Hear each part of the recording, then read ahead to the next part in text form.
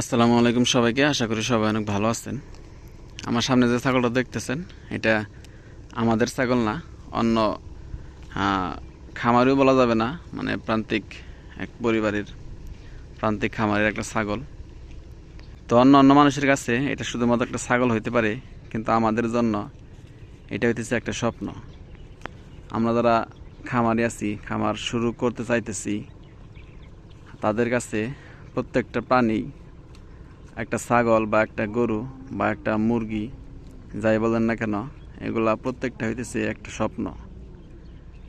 আমরা স্বপ্ন নিয়ে এগুলো শুরু করি, হয়তো বা কেউ সফল হই, হয়তো বা কেউ সফল হই না। তবে আমাদের স্বপ্নের সফল হওয়ার জন্য প্রত্যেকেই প্রচুর পরিমাণে পরিশ্রম করতে হয়।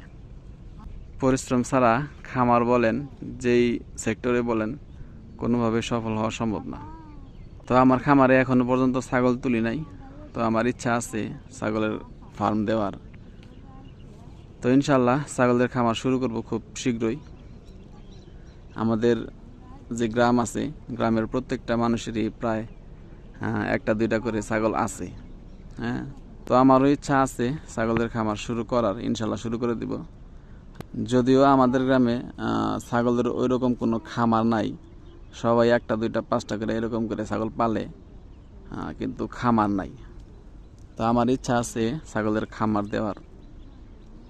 যদিও আমাদের বাড়িতে গরু আছে বা কৃষিকাজ আমরা সবাই করি, প্রত্যেকটা যুবকেরই এখন স্বপ্ন হইতেছে তার নিজের একটা খামার করা, হোক সেটা ছাগলের খামার বা গরুর খামার। কিন্তু সমস্যা হইতেছে, আমরা এটা করতে চাইলেও আমাদের পরিবার থেকে এরকম সাপোর্ট আমরা পাই না। হ্যাঁ, তো চাইলেও সবসময় এগুলো হয়ে ওঠে না। তো সবাই দোয়া করেন যাতে আমার ছাগলের খামারটা শুরু করতে পারি। তো এই ছাগলগুলো আমাদের মূলত নদীর পাড়েই এগুলা খাওয়ানো হয়, লালন পালন করানো হয় এখান থেকেই।